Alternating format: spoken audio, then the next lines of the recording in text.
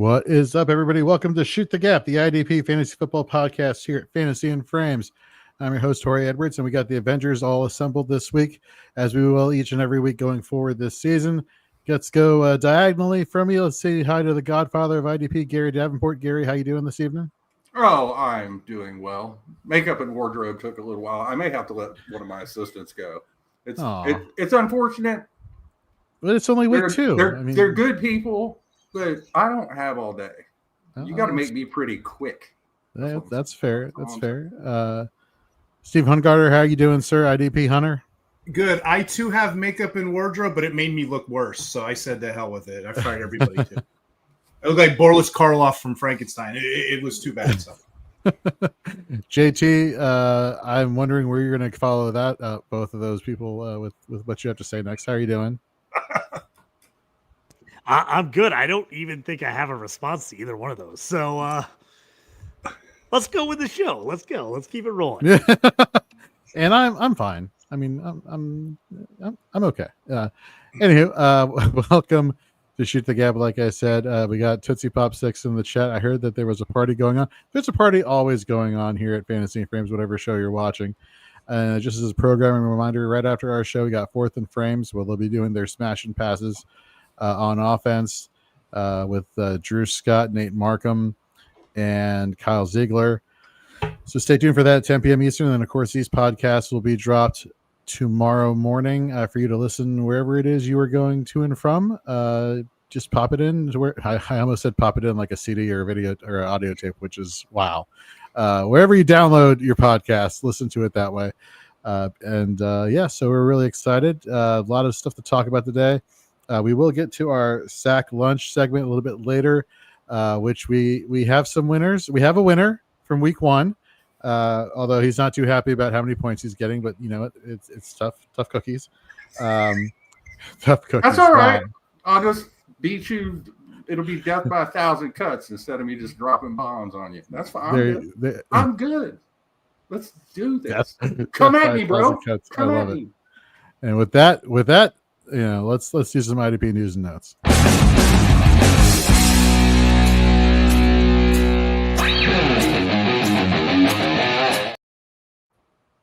It's kind of thin pickings here in the news and notes area of IDP Fantasy Football.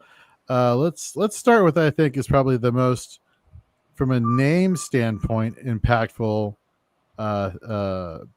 piece of information. You know, Khalil Mack. I don't know if you saw that freak elbow injury he had on Monday Night Football, but there's a lot of concern that like he may be gone for the season. Like it looked really, really bad, but apparently a report came out yesterday, maybe it was early today, that he avoided serious injury and is looking just to miss a few weeks as opposed to having anything that's even more problematic. So from an IDP perspective, JT, are we concerned about Khalil Mack, or is he more just, it's just the name value and recognition that we give him acknowledgement for? Well, for me, Khalil Mack, most of the teams I have, I'm using him in best ball leagues because you're going to get one or two monster games out of him, but he's very hard to start consistently week to week. So most of my lineups, he's playing best ball. So I don't know if a ton of people had him on their team expecting him to be an everyday starter. It does hurt because I have Thule on the other side, and I do want one of those guys to kind of take some of the pressure off him. So that does affect whether I'm going to start Thule in quite a few leagues. If he ends up being the main focus of the offense to stop, then I might have to sit him until I can see what he can do if there's no Mac in the lineup. That's a very fair point. We got Preston Smith today going back to the nation's capital, signing with the Washington Commanders. This, to me, Steve, screams like just a body. Just a body in there, It's interesting, veteran edition. If anything, it's a rotational piece. Again, it's just a body. It's better than saying just a guy. It's just you're just a body. Or is that worse? Is saying you're just a body versus just a guy? Honestly, just a body sounds worse to me because that sounds like you're like a corpse. Yeah, like you could be a corpse technically. Like one of those the ones they ship off to the med students and stuff. No, the cadavers. I'd rather be just a guy. At least I'm still above the ground. Or you could be like Bernie from Weekend at Bernie's. You could be that guy who just constantly shows up. So fun fact, when y'all were talking, I was just thinking John Carpenter's Body Bags. Check it out. It's set in the same Michael Myers universe, Haddonfield, Illinois. Bodies everywhere. You want to talk about body jokes? That's your movie. John Carpenter's Body Bags. I got a comment here in the chat. He said 3P, 1C fail. Hey to you. Welcome back. It's always great to see you in all of our Fantasy and Frames chats here. Really appreciate the support. We have a little bit of news, and JT, I kind of want you to speak to this, being the resident Steelers fan. And I don't know, Gary, did you know that JT is our resident Steelers fan? Do you hate him now a little bit more? I could tell from the background. No, I already seen it. I already knew that I hated him from the first time I seen what's behind it. That's why he gives me such a hard time.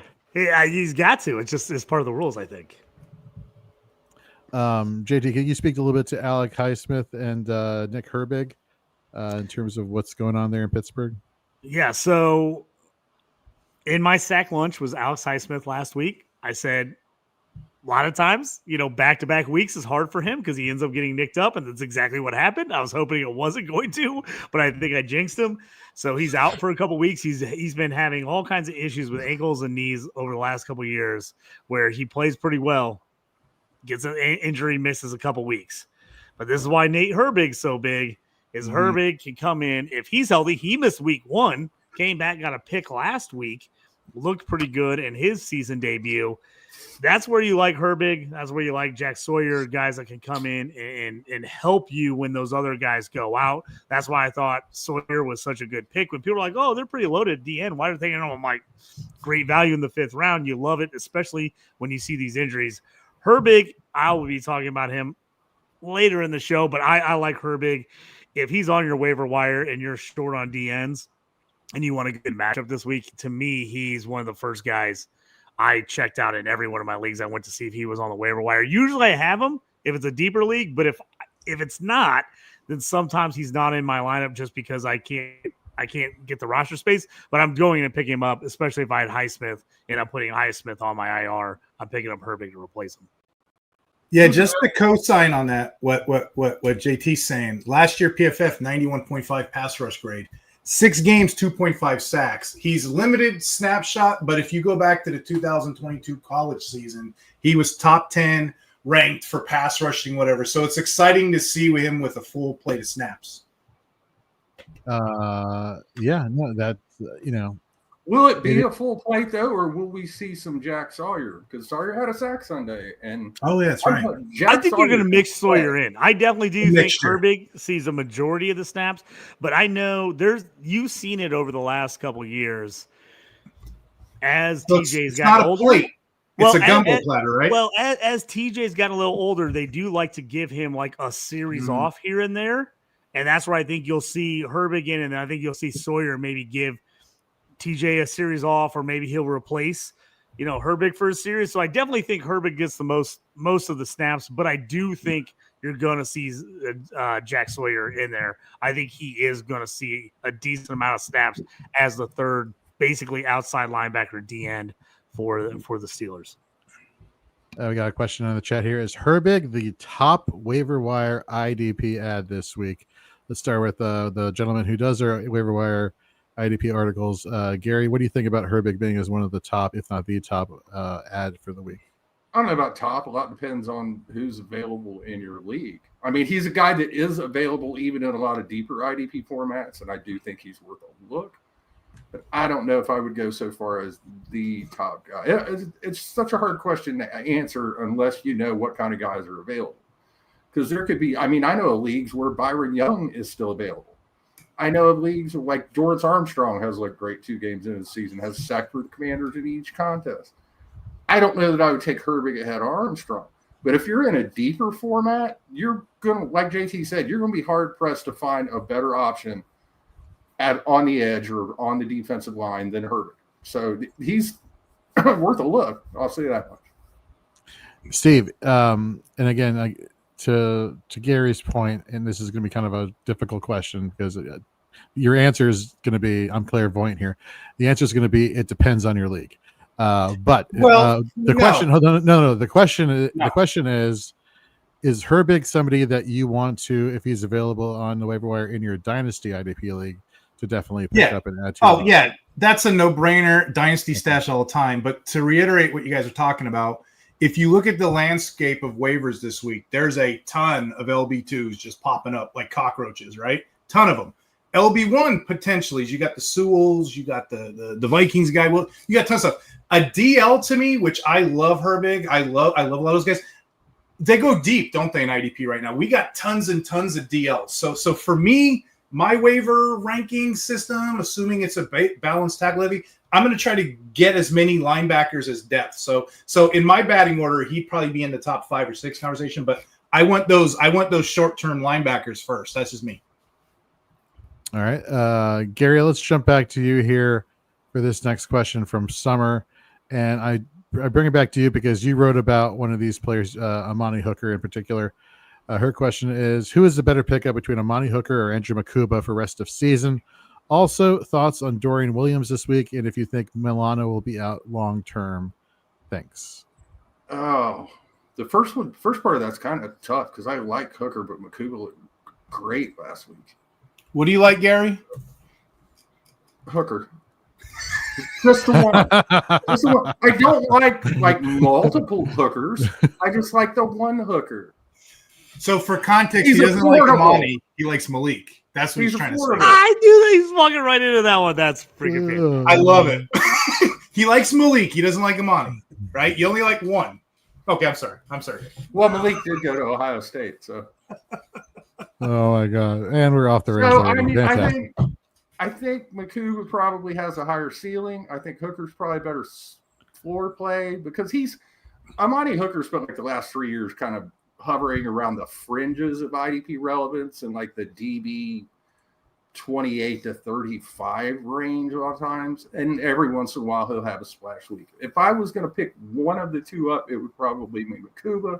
Dorian Williams, when Milano was out most of last year, snap share was right around 80%, I believe. I do think the Bills might be inclined to play more dime, and that if Milano misses significant time, it's probably good news for Terrell Bernard, who has been poo the first 2 weeks of the season. But Williams is one of those guys Steve's talking about. If he's available on your waiver wire, yeah, anytime you can get a 3-down linebacker who's going to be starting for more than 0 weeks, you want to go grab them. All right, there you go. Thanks, Summer. Thank you very much for the question, and thanks for coming back. Welcome to Shoot the Gap this evening. All right, gents. Well, let's get into a little segment that we like to call here Money or Mirage.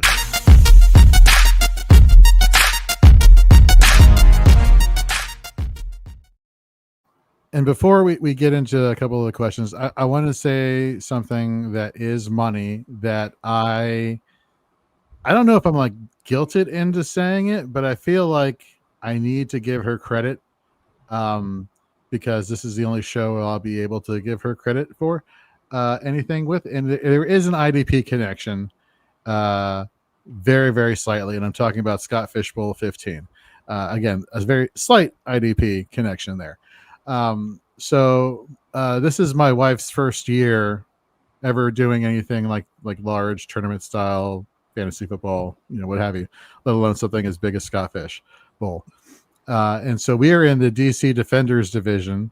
Defend DC, hashtag Defend DC, big Defenders fan. And she is not only at the top of our division and I'm at the bottom. She is, in terms of people from Fantasy and Frames, the third best score or ranking in Scott Fishbowl.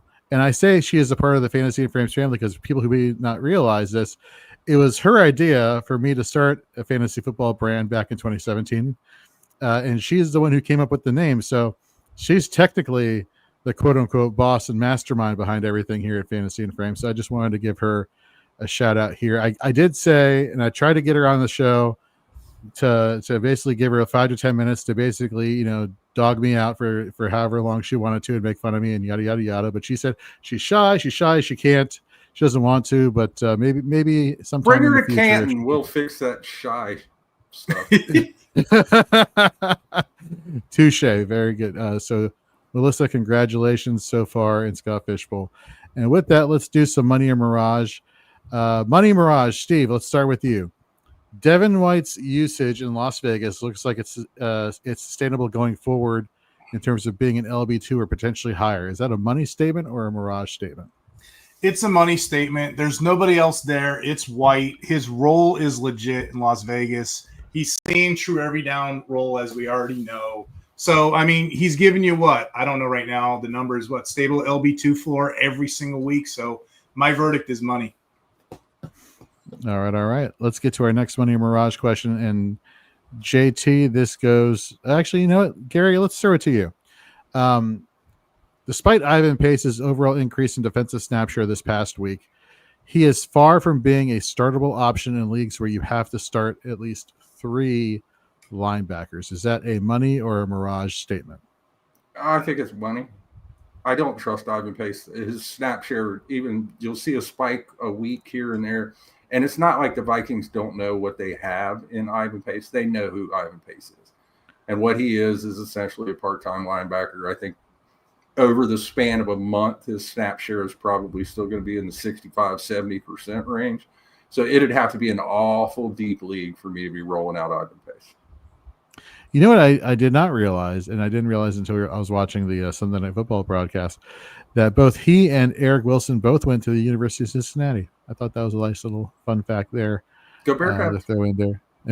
Is that what their mascot is? Go Bearcats? Yeah, Bearcats. I went to I stayed at the Graduate at Cincinnati the last 2 Scott Fishbowl drafts, lives in Cincinnati, and my key card was Travis Kelce on the picture.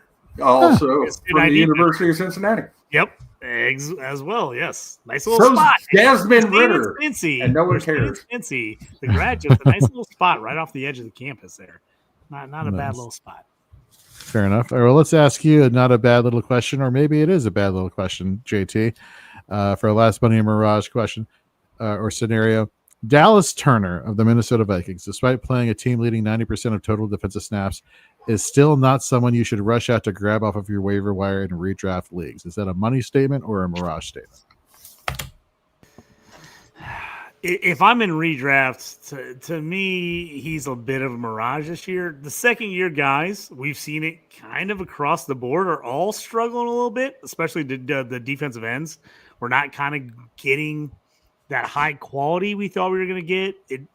I think that you're going to see some of that later. Obviously, in Dynasty, I'm holding. I'm not getting rid of Dallas Turner, but a lot of these second-year guys aren't off to blistering starts. I don't think that means you should give up on them. But if you already don't have Dallas Turner and you're in a league that's maybe a little more shallow in redraft, I can see letting him sit there on the waiver wire for a bit before I go grab him. Well, I mean, how long is Van Ginkel going to be out? It's not like it's a serious injury. He's just in the protocol. So I would kind of expect Van Ginkel to be back this week against Cincinnati.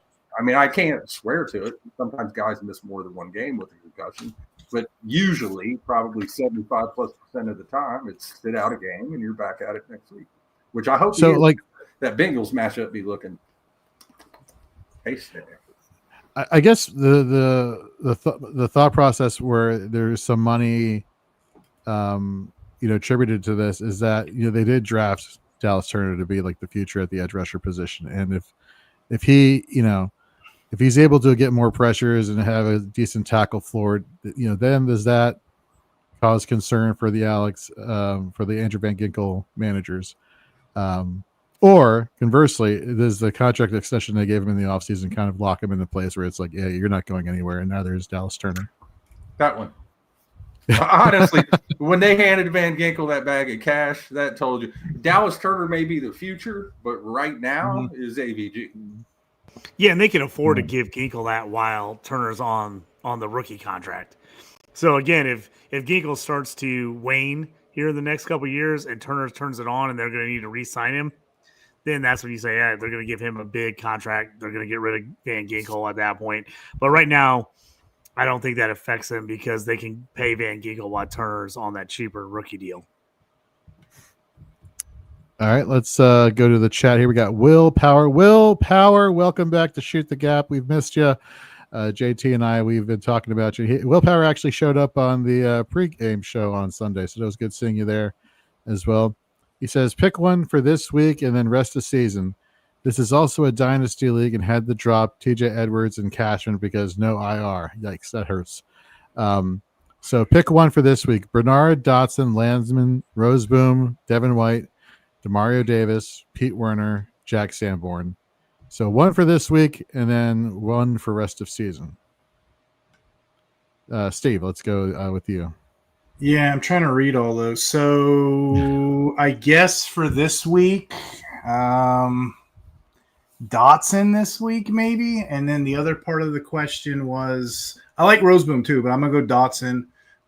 What he wants one for rest of season too. Eeny, meeny, miny, mo. It's so hard early on like this. It really is because we're still compiling data. Anything could change. I think. Go ahead. This is where I am right now, and this says everything you need to know about how confusing. We're at a point 2 weeks into the season where I'm looking at that list of linebackers, and I'm like, just do Devin White for both of them. And who the hell knew we'd be saying that a couple weeks ago? I'm gonna say Dotson for both, But again, they're all good choices. But I'm so afraid of Bernard right now. So obviously, that if you asked me early in the season, I would say that. But I'm gonna give you Dotson right now because I know what that production is. It's pretty consistent. Yeah. I have to say, I'm jumping in on Landman. I actually like Landman. I feel like he is gonna be there all year for the Rams. So if I'm going all season, Landman's probably the guy I want all year because I just think he's locked in there unless he gets hurt. So I do like Landman. I would probably go Landman first, Dotson second to me, though I do think, White, Gary's got a point. White should probably be in the mix there. They're all interesting. I'm hoping Sanborn has a rebirth here. I really like him in this Dallas defense. He has not got off to the start we were hoping. I hope he bounces back. And Werner scares me because every time I get it, just an inkling where I'm like, oh, Pete Werner's put it together, he fails me. So I'm scared on him right now, even though I have him in some spots. I'm still nervous about playing him unless I'm just desperate at the moment. For me, I am really taken. I'm really impressed by what Demario Davis has been able to do so far this season with Brandon Staley coming over and kind of changing up some of the philosophies there for New Orleans. And rest of season, I like Landman because we know in LA they like to operate that one main linebacker 90% of the time, and the LB2 only this season so far has been playing only 60%. So you know what you're getting in terms of playing opportunity at a time. So basically, we've chosen everybody and confused the hell out of you. Well, yeah, that's just what the listeners want. We gave you zero help there, Will. Right. We'll take that one and one of those and some onion nuggets. I will also point out the fact that you have a dynasty league with no IR infuriates me. I was in a dynasty league with no IR a couple years ago, and then we went to 2 IR, and I'm like, this is a 50-man full IDP roster. I'm like, you're telling me we can't get a couple IR spots? I have to drop guys just so I can play guys every week? Baby. I hate that. That really drives me nuts. Add an IR, at least 2 spots. I finally talked my one league up into 5. I'm like 5 IR spots because I'm like, hate when young guys get hurt. I got to drop them after I just picked them in the draft. And I got to drop them and someone snakes them from me because I got 2 guys hurt. So back to your point, it's impossible to do rest of the season picks because we don't have the data yet. It's only week 3. So these are all guesses. I mean, I'll take a guess. But yeah, it's really hard because we're just getting the data now. We're trying to figure out what everything is. So Will says this is a best ball league. Best ball on Sleeper. So that is one of my biggest complaints on Sleeper right now is if you do a best ball IDP league, you cannot have IR. They do not have it set up that way because I'm in 2 of them. Best ball IDP leagues on Sleeper, and they do not allow you to have IR. It's not even a commish option. So Sleeper, if anyone Sleeper's listening, please fix that. Please fix that. I've been in this same boat, and I'm actually in this boat. So Will, I know your feelings. I've got a bunch of guys injured right now, and I'm highly debating because these are deep leagues, like a lot of teams, like anywhere from 14 to 16 teams, like whether I just bite the bullet and drop a guy or if I'm going to actually pick someone else and hope that it keeps me in it longer. So I absolutely 100% know how he feels. Just lost Joe Burrow. Will, same boat. I have Browning is the only thing is it'll make me slightly better. But like I was an IDP last year, best ball sleeper, could play 3 quarterbacks. And by the time I got to the playoffs, I was the #1 scoring team. And I had 0 playable quarterbacks in a best ball sleeper, if you can freaking believe that. And I lost in the semifinals with 0 starting QBs. Rough. Real rough. Says he added Browning for $22 last night. And you know what? Good move. Good move there, Will. Absolutely pick up Browning. He's shown with this offense that he can do something. Like he can at least give you something. He's no Joe Burrow. We know that.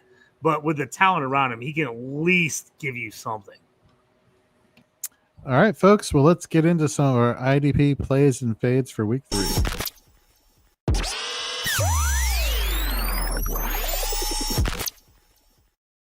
And just a reminder, tomorrow evening or afternoon, you will be dropping our IDP plays and fades from week 3. Joe Harlow is hard at work wrapping that up right now. So both of our plays and fades for offense as well as for IDP will be dropping tomorrow over at fantasyandframes.com, as well as our initial rankings covering the Thursday night game and then going forward for the rest of the week. And with that, oh, by the way, Steve, congrats on your top 10 finish in IDP ranking over at Fantasy Pros ECR. Thank you.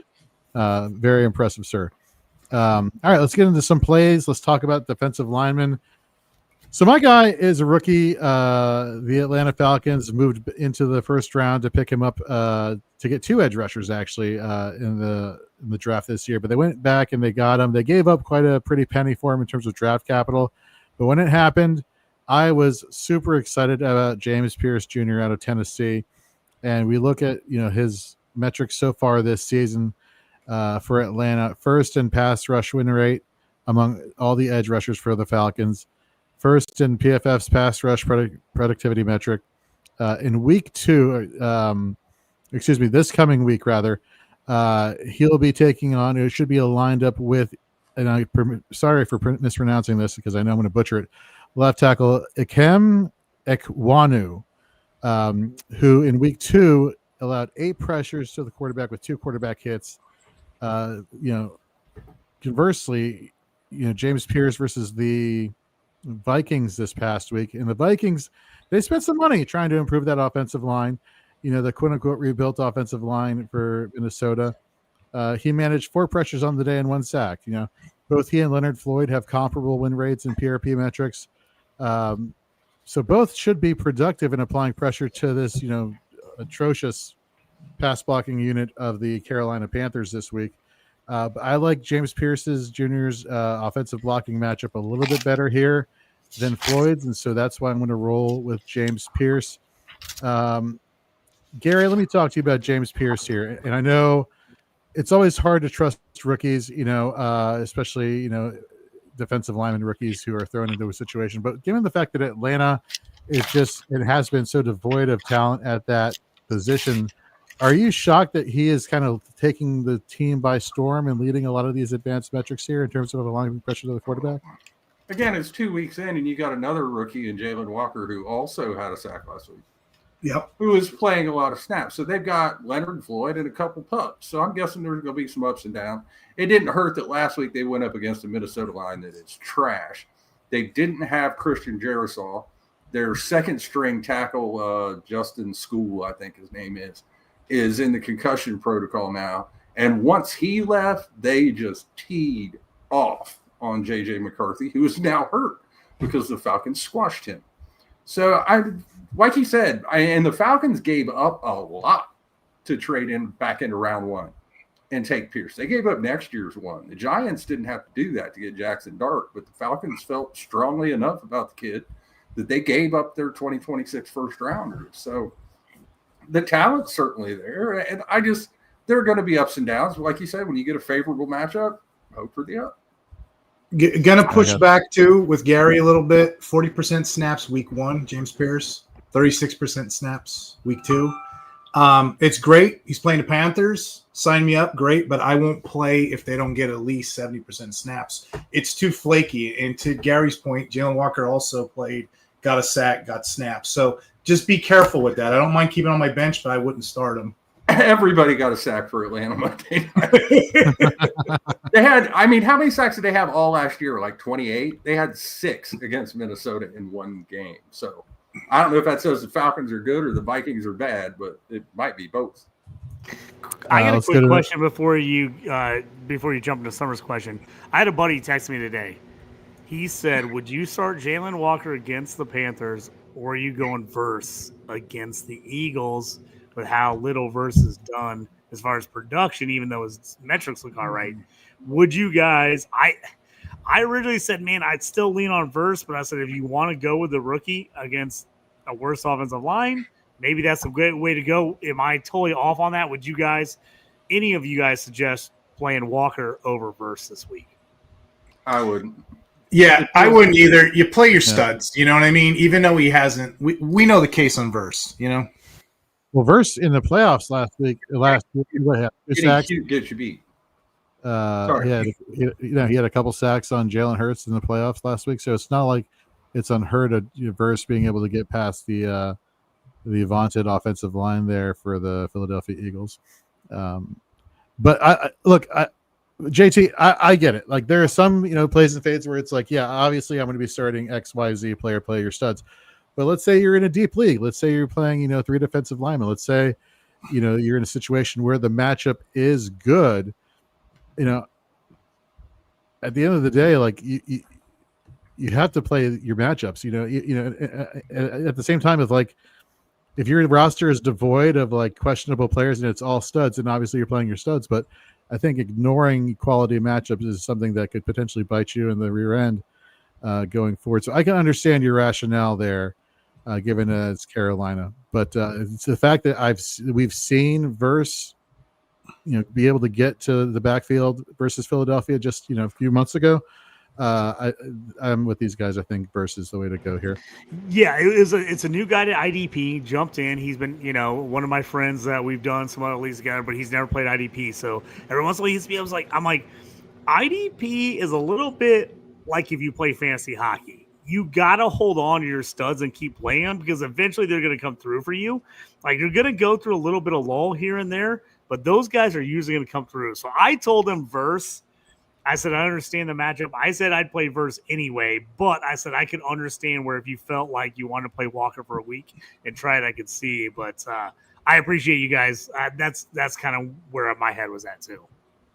All right, Summer, let's get to your question here. She says, do you like Hufanga or Taiki this week and also rest of season? Love upside of both. Appreciate it.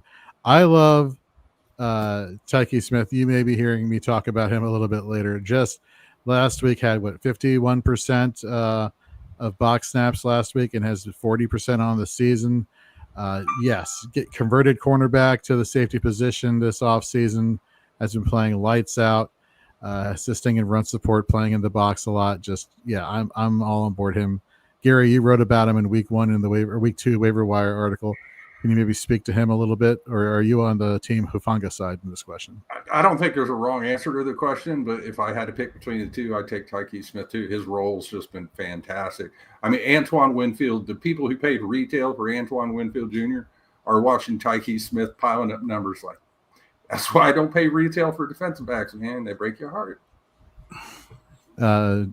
Steve, anything to comment on that and follow up with that? I don't want to take your player. You have great analysis, but he's had 56 box snaps, led the team in tackles 2 weeks in a row. It's Smith for me. Hufanga's great too, but it's a difference of 5-6 players if I was going to go rest of the season. Will, I agree. I'm on Taiki with you guys on that one. Will says Fantasy and Frames anytime. Sometimes I miss these lives because I got other things going on, but if I see you guys live, I'll always stop in to say hi. That is why you are awesome, Will. Let's get into the next. Let's get into Steve. Who's your play at defensive lineman this week? Myles Garrett. We know this. He's going to eat this week. There's lots of red. There's a lot of injuries there. First, you have right tackle Thorne. Last I checked, he's questionable with a oblique injury. Then you have the left guard, Aaron Banks, who missed the previous game for an ankle and a groin. And there's other players that are bench players. They're out for a while too. So the whole line is a mess. So just expect Myles Garrett, who leads the NFL in sacks, to eat. It's a good place to eat too, because I hear there's great cheese curds with the Packers. There's very excellent cheese. So enjoy Myles Garrett this week. So that full sack he had against Baltimore was just, oh my God. He threw him down and it was like, all right, yeah. Myles Garrett is a bad man. So 2 things to what you just said, Steve. 1, cheese curds are awesome. Okay. So definitely a big fan. 2, when you said groin, does anybody else's mind go to that episode of The Simpsons with Hans Moleman where he gets hit in the groin, and it's like independent movie where he's like football to the groin and he's like, oh, my groin. Does anybody else think back to The Simpsons, or am I dating myself here with that reference? I'd have to look at it. I don't remember. Simpsons are just weird. They've told our life for like the last decade. So I don't even remember the one. Right. Fair enough. Lost I watched reference. The Simpsons, but I don't remember that one. Yeah. Football to the Jorge. groin. Sorry, Wow. Jorge. God, JT. Well, why don't you take the next play here at defensive line? I can't even believe I'm saying this, to be honest with you. I know. But Joey Bosa looked actually good last week for the Bills, and he might be back into play him as long as he's healthy. As long as he's in there, keep playing him. Really nice this last week. He had a sack. He had his best single game PFF grade of his entire NFL career, which is kind of insane to think about. 95.8 this week. Led all edge rushers in playing time. Again, we've kind of been like, hey, we're out on Joey Bosa. Like, there's no reason to hold him. Like, But the Bills kind of need some guys. And so far, I think Bosa might be a play, especially in redraft league, going forward until he gets hurt, which is going to happen. We all just have to know it's going to happen. But he might be a pretty solid play here for the next couple of weeks. So I'm really shocked and amazed that I'm saying this, but I do actually think Bosa could be a solid play because a couple of the other guys we won't talk about in this segment, but have gotten really bad for the Bills, and he's kind of taken over there as their top defensive end. See, Sean, this is why I like you in the chat. He knows the episode. Will's like, I remember that Homer wanted to do a little. Come on, guys. All right. Anyhow, I'm with you, Gary. You wrote about Joey Bosa in your IDP waiver wire column over at Fantasy and Frames. He was the guy I was going to mention tonight, but that's cool. Miami's about 8. Miami's Did I about steal 8 him? sacks. Oh, sorry, Gary. I'm sorry. Joey B's got 3 forced fumbles already this season too. Number 97 is showing out, and as someone who has a black 97 Bosa Ohio State jersey in his closet, which it could mean either Bosa. That's what makes it so versatile. Right on. That's okay. I can pivot. I'm gonna pivot quick, and I'm gonna go deep. I'm gonna go to a guy available on the waiver wire in just about every IDP league. Samson Ebukam, edge rusher for the Indianapolis Colts. The Colts are playing the Tennessee Titans this week, and the Tennessee Titans be giving out sacks like Santa Claus give out candy canes, 11 in 2 games. Ebukam plays quite a few more snaps than Kwity Paye or Latu, who is questionable. Now, if Latu plays and it looks like he's close to 100%, I might pivot. But right now, give me old Samson Ebukam, who before he lost all of last season, set a career high the year before with 9.5 sacks. And he's not that old. He's 30. I'm telling you, Ebukam gets home against Cam Ward, who apparently has decided that when you snap the ball to him, he's going to look at the receivers for a second and then just take off running backwards.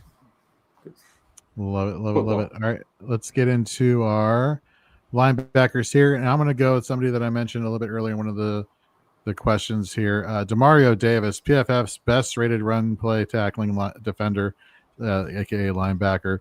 When we use Fantasy Pros IDP scoring, he's the LB7 in points per game with an average of 16.2.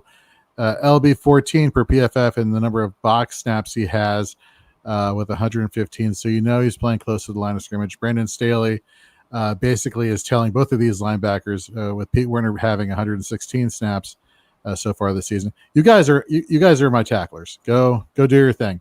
But what makes Demario Davis so good is the thing that always makes him good is that he's good in coverage. Like, he's good at everything.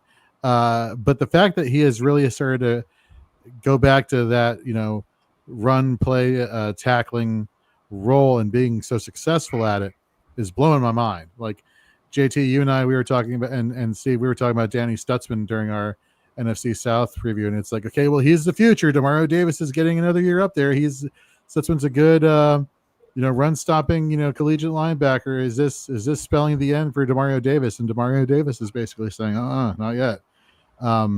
Speaking of Brandon Staley, now my former boss, who just went to a new position this past Monday, actually went and played college ball with Brandon Staley in college. And so while he was with the Chargers, I was like hinting at, wanting to see if he can get me an autographed, Justin Herbert jersey, but you can't really do that because government rules. But he's not my boss anymore. But now Staley's with the Saints. And so I kind of am like, could I get a Demario Davis autograph? Do you think that's like too forward to ask, even though it's, he is a former boss of mine? Or Steve, would you make that call? Would you send an email? Would you send that email and be like, hey? I'm hypocritical. Like, I don't chase celebrities. I don't ask for autographs, but yet you see my shrine here. I don't know. I just end up getting them. It's like a Matrix thing. It's like that Donnie Darko movie with the Jet's in my house, all the autographs in my house. So I would tell you no, but yet here I am. So I'm probably the last person to ask. That's funny. All right, we got a question here from Will again. So my DBs are Hunter, Nixon, and Morig. We score for 2 DB positions and 2 flexes. Again, best ball. Taiki, Hufanga, Adebo, and Dax are on the waiver wire. Drop Nixon for one of these.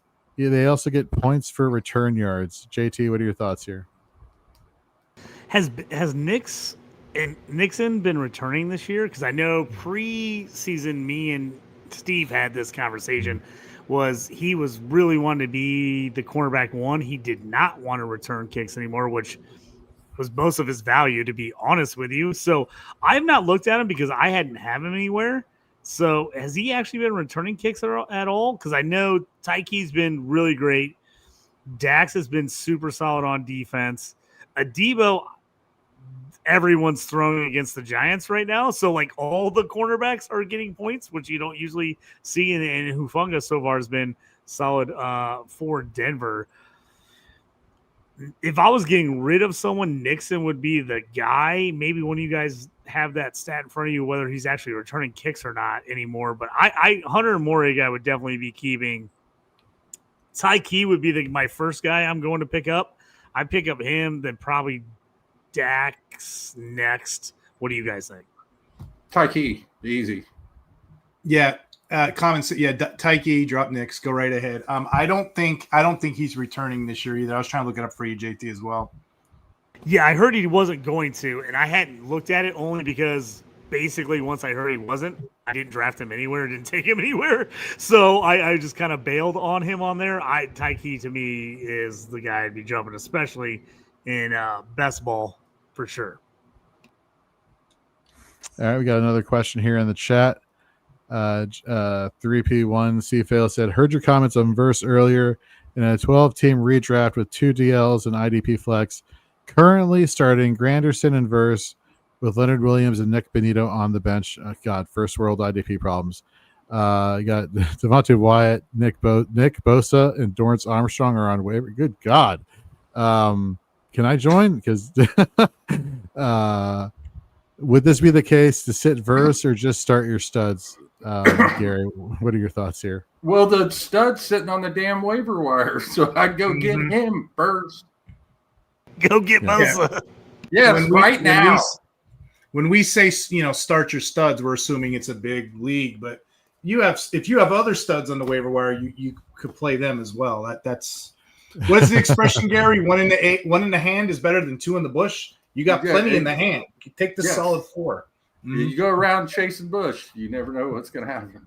Wow. You go around chasing bush and you pick up Amani Hooker and Malik Hooker on waiver wire. See, that's where I was looking. Okay. Some bad stuff. See, I was wondering.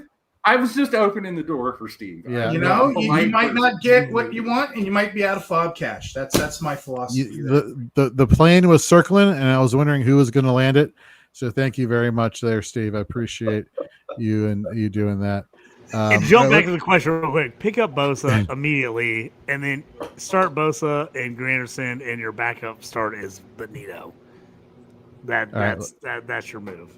There's a couple players I'm frustrated with. Like I'm frustrated with verse 2. I'm frustrated with Josh Hines Allen, but they have all the metrics. Eventually, it's like a lotto ticket. They're gonna hit, but they have the numbers, so you have no choice. In regular leagues, you got to play them. It's edge rushers. It happens. You just got to be willing to ride out that week 1 donut, and you get like a tackle, and you're watching these other guys go off, and you're like, should I make a move? No, don't make a move. Right. Nick Bosa winds up on the damn waiver wire. All right, Steve, who's your linebacker for a play? So you guys, I just want to pay your audience a compliment. A lot of rest of season rankings. We've only played 2 weeks of football. You guys are so far ahead of me. That's terrific.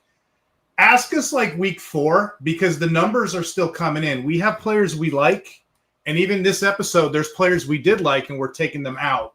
There's ghosts in the machine right now. We're still compiling numbers. But if week 4, if we're all saying 4 different linebackers, something's wrong, right? Something's wrong. I do have a guy right now for my linebacker. I like him. We like him as a top 10. I'm actually going to be ballsy and put him top 5 this week just because I think I've seen enough. That's Deion Henley. Week 1, he had 8 tackles, 1 sack. Okay, I know what you're thinking. Don't look at the box scores. Week 2, 10 tackles, 1 sack. Well, he just did it again. Let's look at the matchup overall. Week 3 looks promising. He's playing the Broncos. The Broncos are ranked 10th in rushing. So, what does that mean? He's going to get plenty of tackle opportunities. They're also averaging about 24 points a game. That's middle of the pack, right? And they're prone to make mistakes, as we've seen the first couple games of the season, which adds an extra layer to this. We're going to probably see some splash plays. So, again, no one's asking me to make a hot take, bold call, but I like Henley a lot more than the consensus does this week. All right, JT, who's your linebacker? I know I've talked about him before, but Peyton Wilson continues to solidify himself. He's the LB2 for sure, and right on the verge of taking the LB1 spot for the Steelers. He's been very solid. First week, 3 tackles, solo, 2 assists.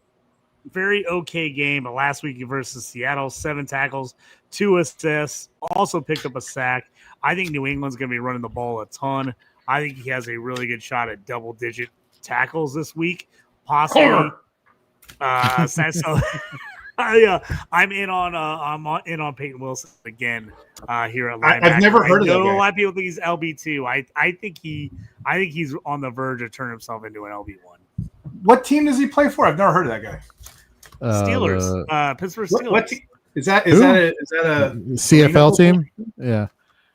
All right, Gary, who's your linebacker for your play? I'm going to go with Quay Walker, Green Bay Packers. And Andrew Cooper's going crazy so far this year, and everyone's been talking him up all summer long. Quay Walker ain't cat food. He's got 17 total tackles through 2 games. The Packers are working on an extension with him. I know they didn't pick up his 5th-year option, but that does not mean they don't want him around long-term. They've made it clear that they do. And this week he plays a Cleveland Browns team. I know the Browns suck. I'm well aware of that fact as a Browns fan. But they were, I believe, 2nd in fantasy points allowed by linebackers last year. And 2 weeks into this season, they are first. So they give up points to linebackers. I mean, Cooper's going to eat. But I wouldn't be surprised if both Green Bay linebackers crack the top 10 this week in a game that I'm not going to watch because I just don't need that kind of pain in my life. All right, let's finish up defensive back so we can quickly get to fades and then sack lunch. I'll go, and we've talked about him at nauseum. Tyke Smith tied 6th among safeties in the NFL in box snaps on the season. He's played 45.5% of his snaps from the box all season long with a tackle rate of 13%.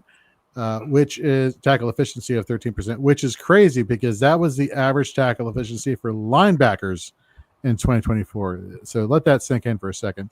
Played 51% of the box snaps in week 2, all but assuring fantasy managers that his consistent usage at the line of scrimmage bodes well for him going forward. He's tied for 6th amongst DBs and Fantasy Pros IDP scoring and points per game with an average of 15.8 points per game. Sign me up. Sign all of us up for Tyke Smith. Steve, who's your defensive back start? Yeah, again, we're compiling numbers, so you're probably not seeing it yet to the untrained eye. But Jordan Battle's had 34 box snaps. It doesn't sound like a whole lot in 2 games, but when you look at quantity over quality, he's getting 25% of the team's box snaps. So the idea behind Battle is, yeah, he may not have the volume yet to the untrained eye, but if you look at it, when this team starts getting into, I don't know, shootouts or close games, that Bengals defense is probably going to be on the field more. So this week coming up, you have a quarterback-less Bengals team, and they're taking on a quarterback-questionable Vikings team in week 3 with Carson Wentz. So this could possibly be one of those weeks or one coming up where you see a lot of box snap plays out of Jordan Battle. Right now, he's getting his points with the interceptions back-to-back, so that's kind of putting him up the production thing. But we know interceptions are fluky. I'm expecting that to change a little bit. I'm expecting him to get that tackle sweet box snap play as we're used to, and I'm using the percentages to justify that. All right. JT, who's your start for a defensive back? I know it's going to be a shocker that I'm bringing up again. I don't know how it happens. Every time Summer has a question, it's one of the people on my list, which is why Summer's the best. So I can't believe I'm saying this, but Amani Hooker is my guy this week. That's Gary's guy, too. Oh, my guy again. It's Gary's guy. I know, still Gary's guy. 5 tackles, 3 assists, a sack last week. We know that everyone's going to come after Tennessee's secondary. He leads the team in box snaps. This is the perfect opportunity for a bunch of Tennessee players that you maybe didn't like in the past to have monster IDP seasons. So I've not been on him. A bunch of people have been telling me like, what do you like? I'm like, I don't know. I think I'm sold. I'm taking some of the secondary guys for Tennessee because I think they're going to get worked all year and they have a chance to put up stats. All right. So anything to add to that there, Gary? Just unbelievable. I'll go Quan Martin, safety, Washington Commanders, favorable matchup against a Raiders team that's been giving up a lot of fantasy points to safety. You took my hooker, you son of a. That's just wrong. It's never good. It's never, that's usually ends up in a fight. I'm trying to sit this one out. I'm biting my tongue. Yes, bite your tongue. Let's get the defensive lineman fades. Okay, fades for all these positions. Mine is Chop Robinson. Look, as much as we wanted the breakout to happen this year, considering the latter half of 24, which saw him tally 56 total pressures and 7 sacks, he's only played 25 pass rush snaps due to Jalen Phillips, who in Fantasy Pro scoring is the DL 135, and Bradley Chubb, who is the DL 19, saved by his 2 weeks of back-to-back sacks, with him being very boom or bust. With both of those guys still being healthy, Chop Robinson, he's not playing enough. The crazy thing here, though, is you look at the PFF grades for pass rush, for defenders overall, for tackling, for everything. All 3 of them are playing very poorly or grading out very poorly. So there's really no upside, so to speak, as of right now. So unfortunately, Chop Robinson, you're getting chopped off of the playlist this week. Steve, who is your fade at defensive line? Yeah, this one may be a little spicy, but it's not as spicy as JT's coming up. Little foreshadowing. We were talking offline. My fade is Jermaine Johnson of the Jets. I know people like him. I know they do. But Johnson has never been an every down player. He just hasn't been. Throughout his career, he's rotated heavily with that Jets edge group, and there's a lot of competition there, which limits his production. Even in games where he flashed and we had all these great waiver wire pickup of the week type things, his ceiling was still what? Snaps, 55%, 65% snaps. So he's highly dependent on splash plays. The pattern continues this season. Week 1, we already seen it. Week 1, 89% snaps. What happened week 2? 43% snaps. And no sacks yet. He's the modern day telling of Dr. Jekyll, Mr. Hyde. 1 minute he's wrecking havoc, next minute he disappears. Against the Bucs, second-ranked offensive line, I'm not trusting him. He's a fade to me. Jermaine Johnson's IDP line, it's just like I said, Dr. Jekyll, Mr. Hyde. 1 minute he's out there doing some evil stuff. Next minute he's in the lab making potion, mixing it up in the laboratory. Nice. JT, who is your fade this week? It is Spicy. Who you got? Man, it's a shots tough fired. Don't say my guy, Verse. JT. We already talked about Jared shots Verse. fired. Jared Verse is my fade right now. I think obviously if you're in a league where he's one of your top guys, you're going to play him no matter what. You're not just going to sit him for some random backup. But to me, like I said earlier in the show, a bunch of these second-year guys are just off to slow starts. I'm not abandoning them completely, but I'm looking for other options here early on until they get it going. Gary, who's your fade at defensive line? Oh, I got you, Spicy. How about Will Anderson Jr.? Ooh. All right. Wow. I felt bad putting Johnson out there and dropping him in Four leagues. You guys tackles are in a coming sack. guns a-blazing with bazookas. 4 tackles and a sack in both games. He's going up against the Jaguars. The Jaguars don't give up sacks. I don't know. They only gave up 32 sacks last year with hot garbage at quarterback. And this year so far, Trevor Lawrence has been dropped once. So I'm again, like JT said, you're not sitting Will Anderson unless you're in that league where Nick Bosa's on the waiver wire. But I would not be surprised if his little hot streak, people are going to be like, "What happened to Will Anderson in week 3?" Nothing. It's just a lousy matchup. All right. Let's go to the linebackers for me. And JT and Steve, we talked about this a lot. Nick Bolton, Fantasy Pros at linebacker 48 with 8.7 points per game. PFF's 23rd worst rated run defending linebacker among qualified candidates. Not ideal for the linebacker, the only linebacker on the team playing 100% of snaps. A 12% tackle rate, but a 16.7 missed tackle rate, letting a lot of tackle opportunities go by. Great name value from a couple of years ago, not so great for fantasy, which is why he's a fade of mine. Steve, who's your linebacker? That one fade? buries me in the heart, Jorge. I know. Hey, at least he got his back. Guy. My favorite Mizzou defensive player. If you look closely at JT's face, remember that old commercial with the Native American guy? He's walking on the side of the road. He sees the litter, a little tear in his eye. JT's got a little tear in his eye going down right now when you say the name Bolton.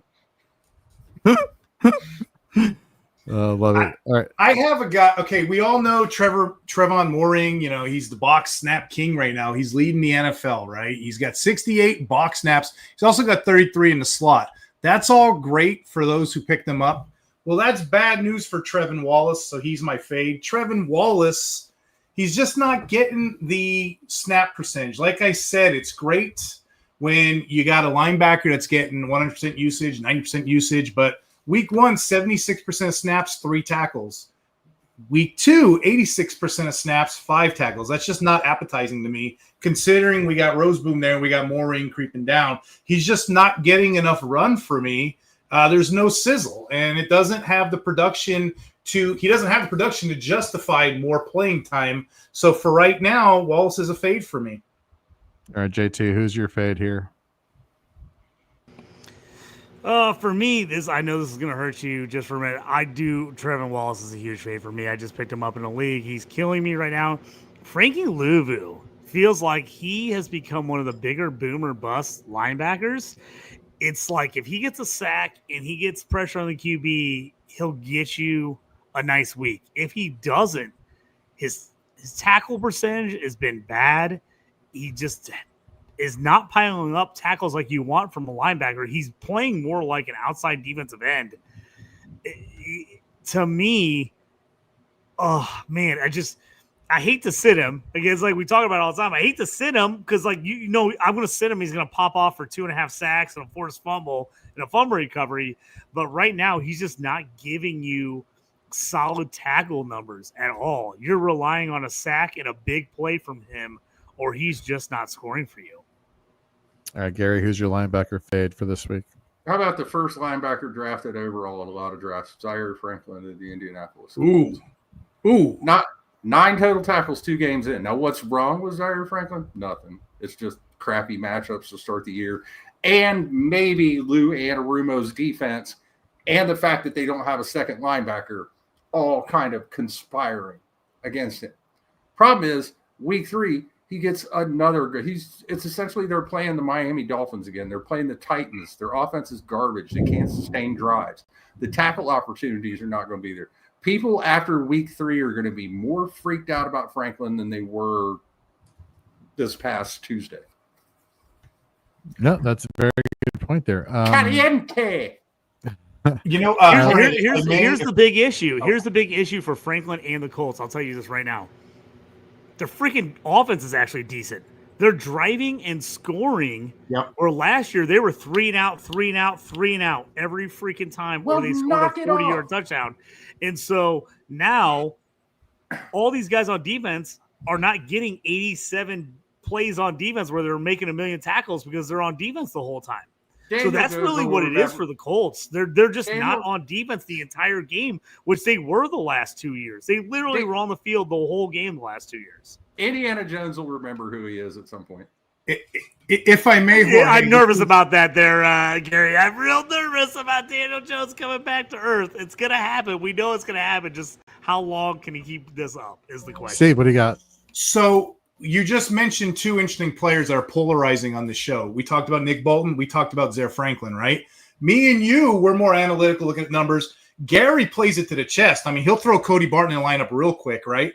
What happens to these volume hogs when the volume goes away? They get exposed. We're talking about Bolton and Zaire Franklin right now. I just thought that was kind of interesting. Zaire Franklin never has the numbers. He's never in the top 10 metrics, whatever, but he's always on the field, hence last season. Now when he's not getting it, what happens? It fades away.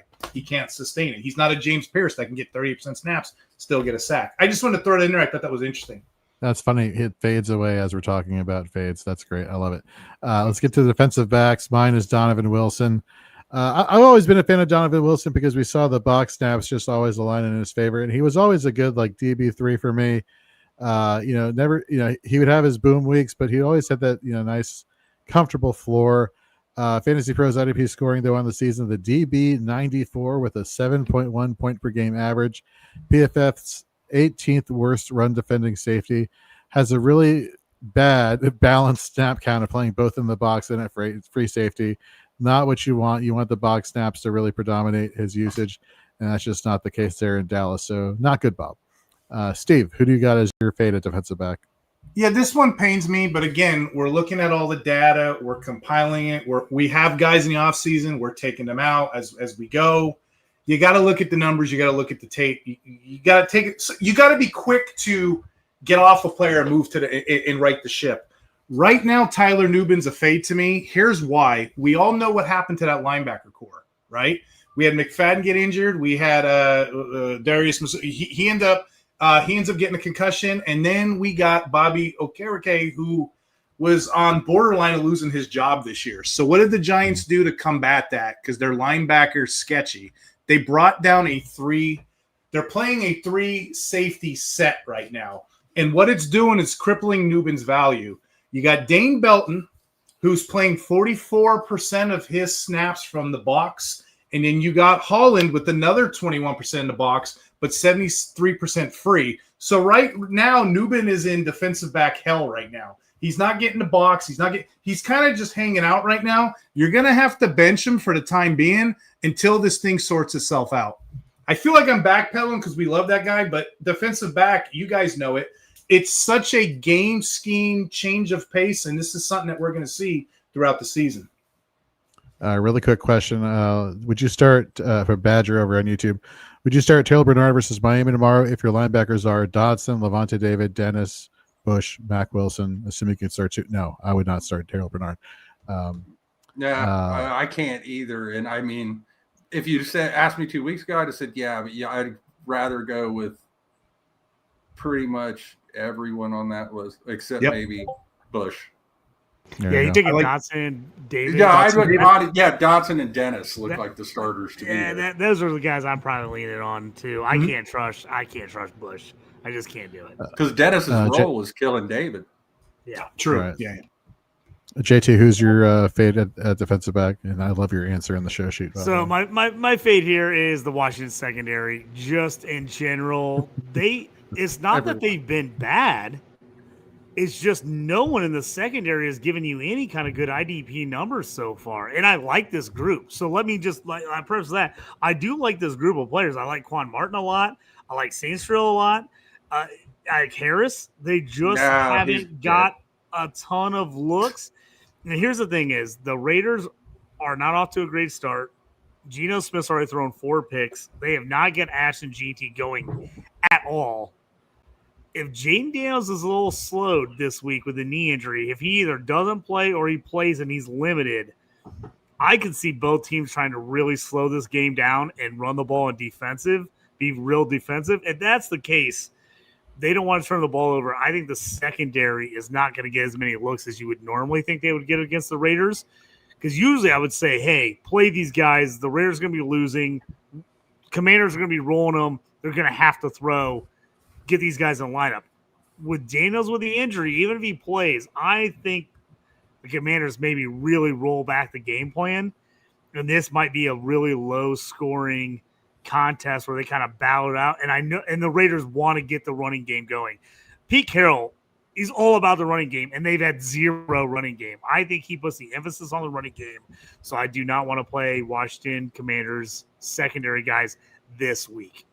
All right, Gary, really quick, who's your faded defensive back? Oh, I got Cam Curl, currently DB6 in the default scoring I use for my articles. He's off to a great start. It's just a bad matchup. The Eagles were, I think, 31st in fantasy points allowed to defensive backs last year, and our bottom 3, bottom 4, they just don't give up fantasy points to that position. It's just not the offense they play. All right, folks. Well, that's going to do it for plays and fades. Let's get to our last segment, Sack Lunch.